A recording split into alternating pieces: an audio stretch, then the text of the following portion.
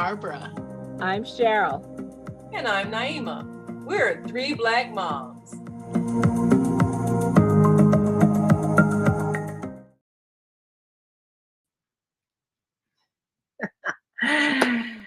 If you have ever had to see your child come up with money for a school fundraiser, or maybe even a community organization or a youth group that they're involved with, you know that sometimes we're the ones that actually do all the fundraising. We're the ones that ask our coworkers and friends and relatives to buy when our children are selling candy, cookies, or whatever the case may be, to raise money for that important project. And if you've sent your child to a private school, you know that fundraising is an all the time condition. You're always selling something. Sometimes it can be a hassle, always coming up with people that will buy the things your child is selling. And sometimes you just feel like, you know what? How much money do they need? Let me just write a check and I'm not selling cookies. I'm not selling cupcakes. I'm not selling pencils, whatever. No, just here's the money. And you might want to do that. Or you might feel like, maybe this child needs to understand the value of whatever it is they're raising money for. So let them go out and do their own fundraising. And of course, there was a time, especially if you lived in a neighborhood where you knew the neighbors, your child could actually go door to door and sell things. Now, I did that as a child. I didn't really have to raise funds. We went to public schools, but my friends were in Girl Scouts. And I was the person who would have the boldness to go door to door and sell the cookies. And, there's something about selling that really it gives you a skill, because if you're ever going to go into business, you have to know how to sell things. So fundraising can actually be a good experience for our children, and maybe we should make them do it. Maybe we should make them learn how to be responsible for collecting money, delivering a product, keeping their word, being timely, being organized. Maybe this is something that's helpful and not so much of a bother. Or maybe we should just write a check and not have to deal with any of it. We've all had to raise funds for our children for one reason or another. So, sisters, what do you think a parent's attitude should be when their child has to raise funds for school or some other program they're involved with? Okay, let me just start out by saying, I know that there are moms out there who are working, moms and dads who are working 2 and 3 jobs, and they're already rolling their eyes when their kids come home and saying, ain't nobody got time for that.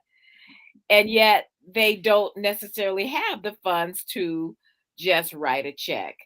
Now, like you said, we've all had to go through a lot of this stuff. Now, when Sarah was little, and she did go to private school until the 6th grade, and so they were always selling things. And I remember there was at least one time that they were selling the cookie dough, like the pre-made cookie dough, where all you had to do was pop that stuff into the oven, and they were already pre-sliced and stuff. Boy, I'll tell you, that was a great fundraiser for me, because I took that thing to work and people got it and I delivered it, and folks were asking for that for years afterward. When you going to sell that again? And that also has come with candy that we've had to sell. You put it up by the reception desk and tell people to leave $1 or whatever it is, and people will do it. It's on the honor system. And Barbara, I remember when I was in high school and you were in college, and I had some candy that I was selling. And I think you took it down the hall, and 5, 10 minutes later, you came back and the box was empty. And you still had people coming by saying, "Do you remember this?" And coming by I saying, "Hey, do don't. you have any more of those bars?" And I was in high school and you were at Bradley. And so sometimes it's depending on where you are. I mean, if you're in a college setting, everybody's looking for that candy. And it happened so fast. And anytime the kids had Girl Scouts, or were parents of Girl Scouts, we were all jonesing right around January, February for the Girl Scout, and Yeah. everybody, and the parents, usually they would bring the girls in and have them fill out the sheet. Sometimes they didn't have a chance to, but I mean, we've all done it. And I'm all for, you know what, letting them come in, if that's allowed in your job, because some jobs they don't allow that, but then let them come in and do their spiel, or call up their relatives and do their spiel, or call up your friends and do their spiel. So let them do a part of it if you ain't got time to, go around with them, because it's not as safe as it used to be when you did know all your neighbors. And it is good for them to learn how to contribute rather than just writing a check. But sometimes it's hard, isn't it? Sometimes it's just really, really hard to just add another thing to your plate and have kids Do, going yeah. around selling useless wrapping paper, and the food products and things like that will sell. Or remember magazines and things like Oh yeah, taking orders for magazines. We did that. I think we did that for one of our tight knit fundraisers. Because when you're on a sports team, I was on track, I was on tight nets, which was the halftime performance team, dance drill team. dance drill team, and we had to raise money for jackets because those jackets cost money, and the uniforms and all that sort of thing. So it does kind of make you appreciate the fact that these things you're using costs. And I think it's good when young people do participate in the process, especially like you say, when they're allowed to, say in the workplace, go in there and do the sales presentation to the people. I think they need to do that. I think that's really a good practice, and really entrepreneurship, understanding how to sell something so that later in life, I mean, that's a skill that comes in handy, being able to Well, convince people yeah. to buy something. And plus it is their thing, and they need to feel that they did it. I think they develop more appreciation for it when they have to make the sales pitch to the relative or the neighbor or whatever. I think it helps. And I not for think nothing. too that it is important that they will get that feeling. They can see the connection between their fundraising efforts and the product at hand when they have received money for whatever they're doing. I know for many years, my kids all participated in fundraising for the music school. Now, the music school, People's Music School in Uptown on the north side of Chicago, was a very illustrious music school because it catered to the underserved. You paid $10 in the beginning just to register. And then once you were in the school, you were a student for life for as long as you wanted.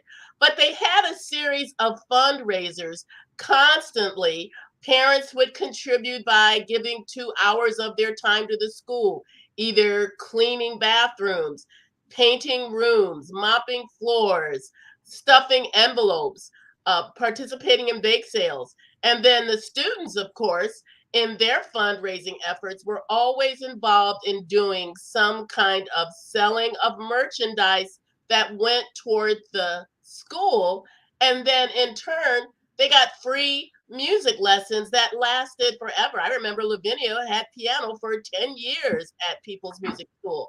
And I think it made the investment of time, made their project important to them, helped them to own what they were involved in.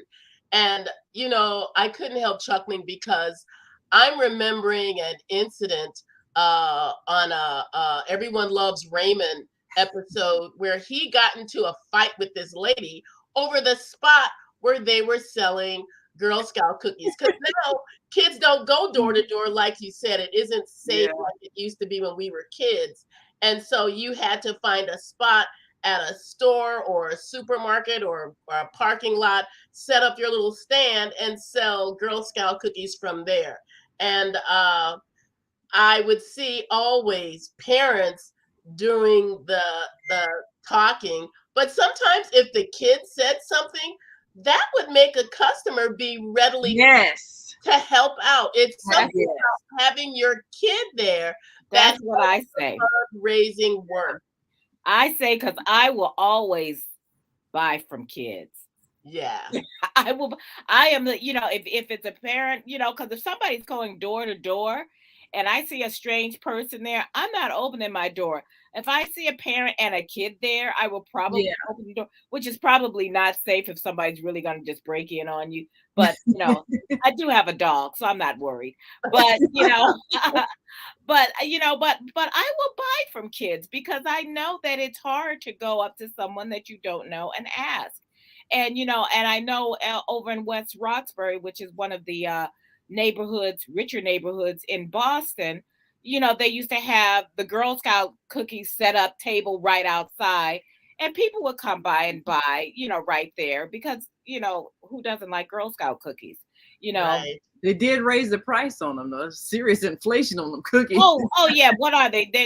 They're like $80 a box or I something. know. It's 200% markup. I don't But know you know what? It's Girl Scout cookies. So It's you Girl buy Scout it. cookies. You're gonna buy your Thin Mints and your and your Yeah. s'mores and all those other things that you like anyway. So just Get it from the refinance little your girl. house and get the cookies. Yeah. And if it's something that your kid is using, like you said, Naima, school uniforms and things like Yeah. that, yes, we will buy the Krispy Kreme donuts that we don't need, or that little set of salad bowls that we don't use.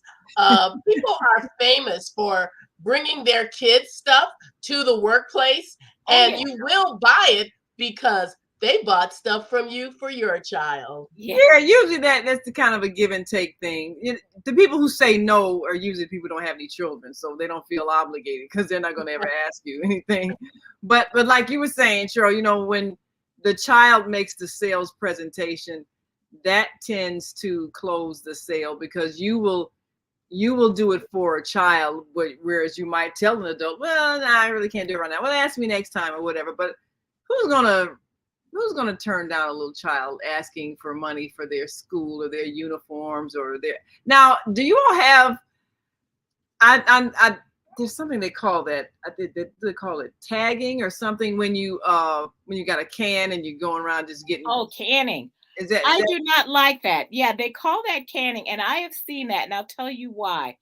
Because it is just it's no, it is a fundraiser that I disagree with. And this is the one time I'm glad you brought that up because this is the one time that I will say no.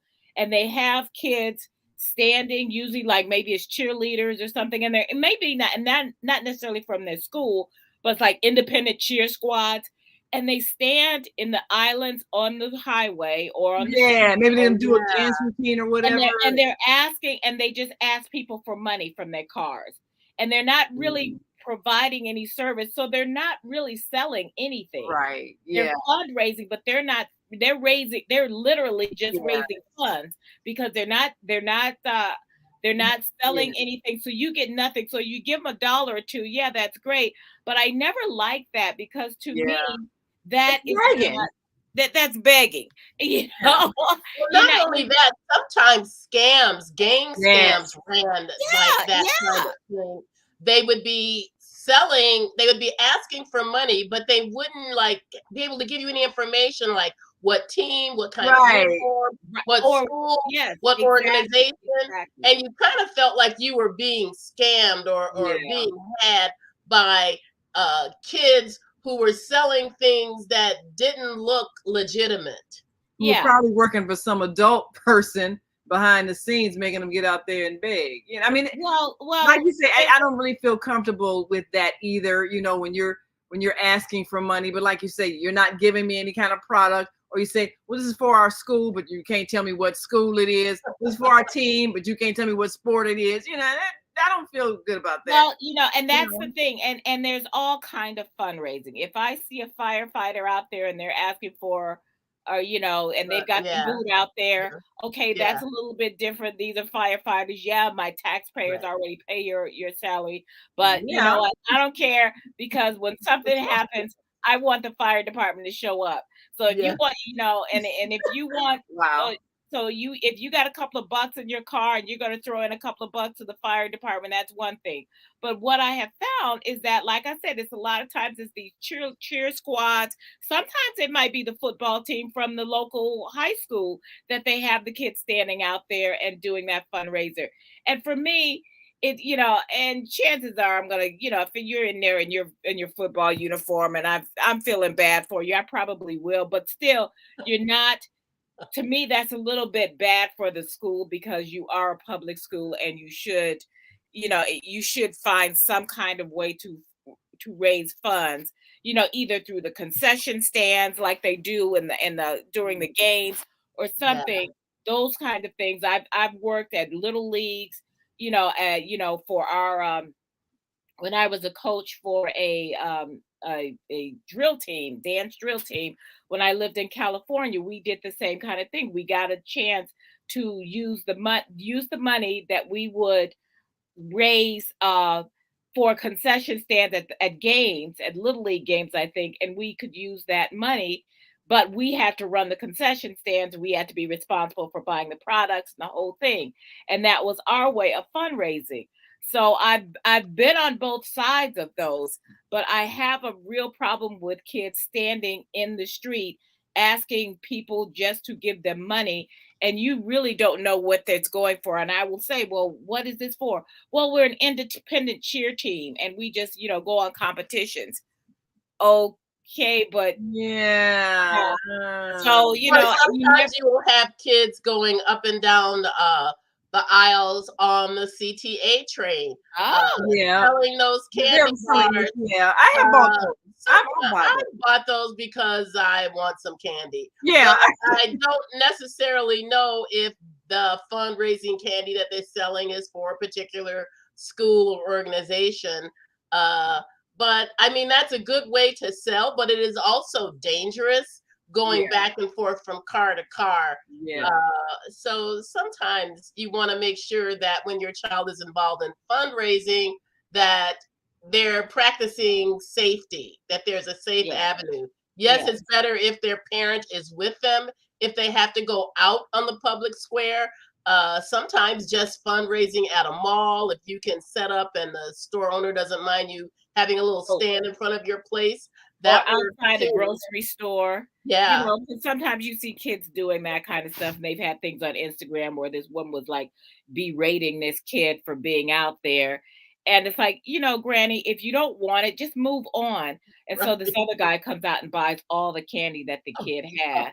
But it was one of those things, like, when people, you know what, if you don't want to sell, if you don't want to buy from somebody, just say no thank you, or and just Right. move on. You don't Yeah. have to stand there and berate them for that. I don't berate kids for standing there and canning. I'll just say, no, I'm sorry, and that's it. I don't say, well, what are you doing out here, and you don't need to be out here. And you do not need to fuss at people.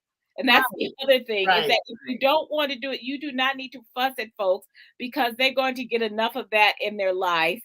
Yes. Already. Going forward, because everybody's got an opinion like a nose, and everybody thinks theirs is good and everybody else's smells. But there's that. But and that's the same thing. If you have people in some jobs, they don't like it. They don't like you Yeah. bringing your kids stuff in, and so Yeah. you have to respect that too. That's It's just, it's hard for parents, and especially now when people work remotely, it makes it even Yeah. harder. yes. The How do difference you being, tell when you don't see people, when you don't interact with people? That's the thing that really changed a lot of the way people were able to even make money or sell things.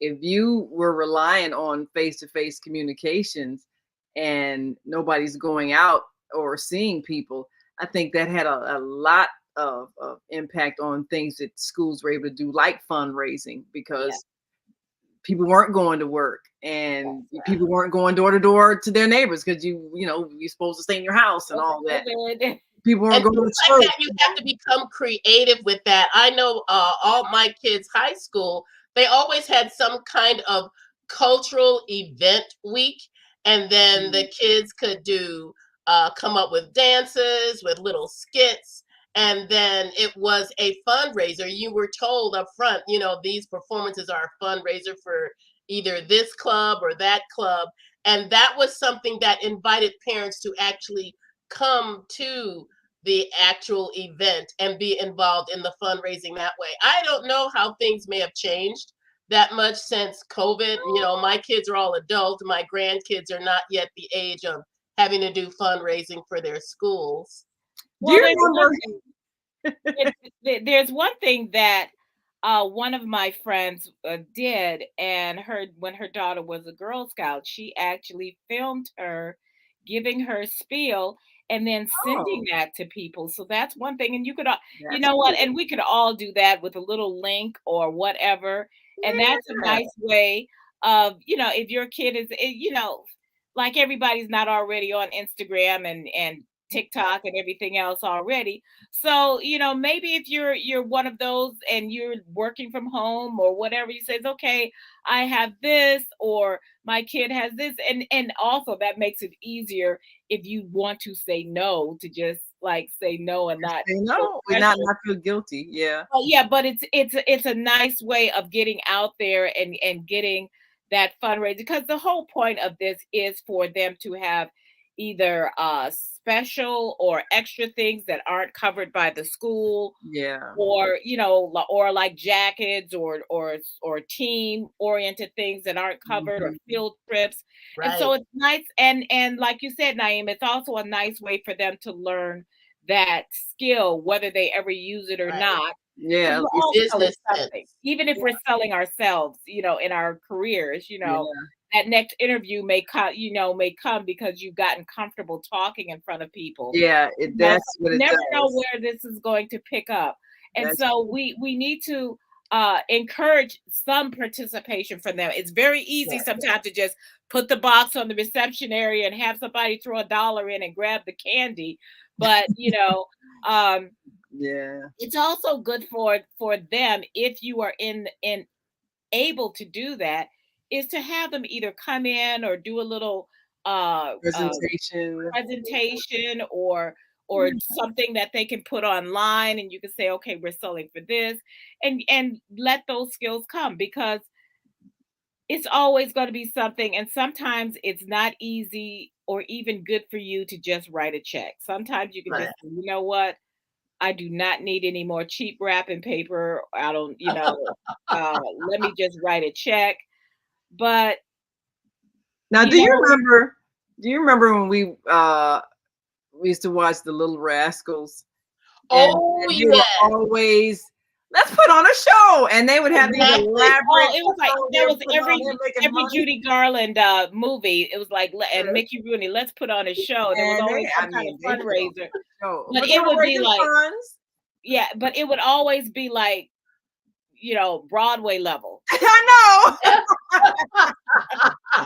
But now Yeah, but I have had some, I have we've done some I fundraisers that were remember we did talent stuff like shows. that for ourselves as kids in the garage. We put on these little Yes, we shows did. and have It people works really donate a good. little bit of money, and we Yeah. buy candy.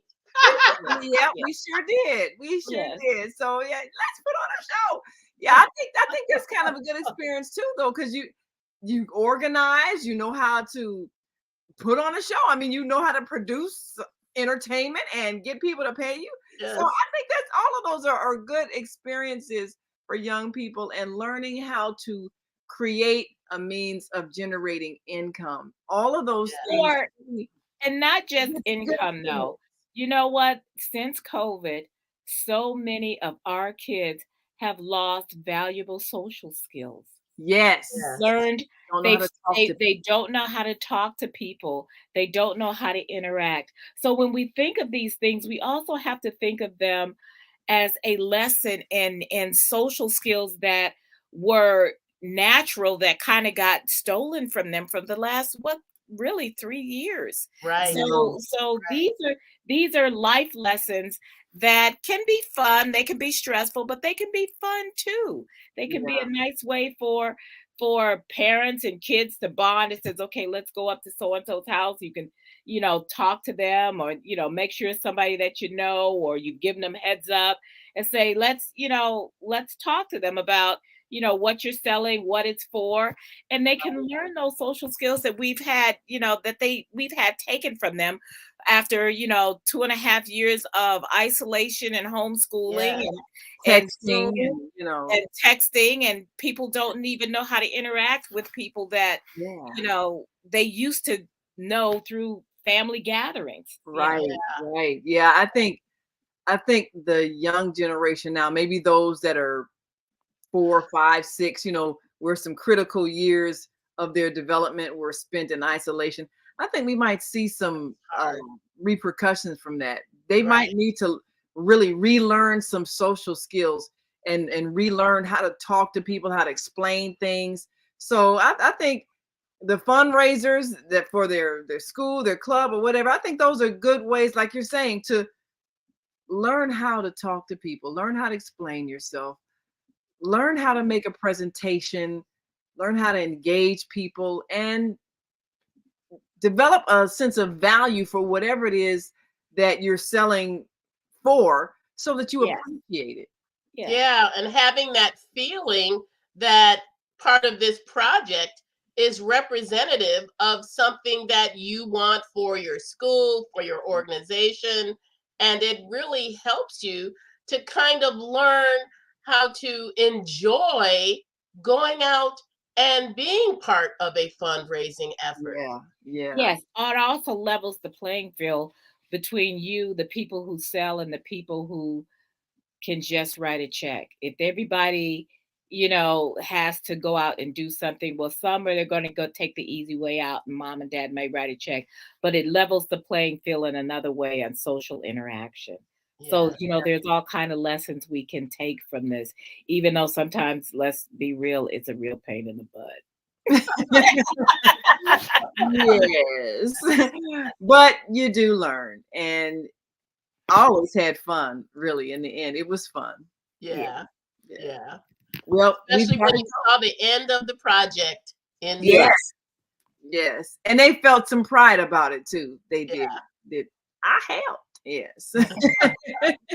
Well, we've got to go, but we want you all to remember to like us on Facebook and subscribe to our YouTube channel, Three Black Moms, so that you automatically get the notices when we are live, so you can tune in and offer your comments. And feel free to leave your comments on our YouTube or Facebook page, and let us know, how did you handle fundraising for your child's school or whatever the case may be? Did you just do it for them?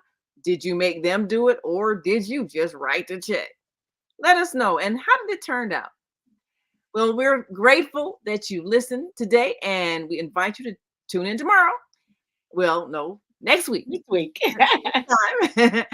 And until that time, I'm Naima. I'm Cheryl. I'm Barbara.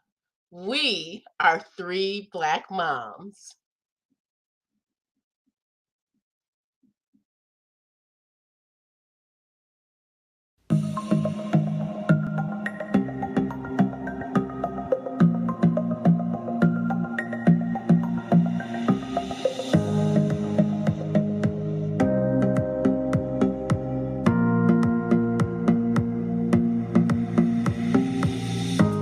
Hi, I'm Barbara. I'm Cheryl. And I'm Naima. We're 3 Black Moms.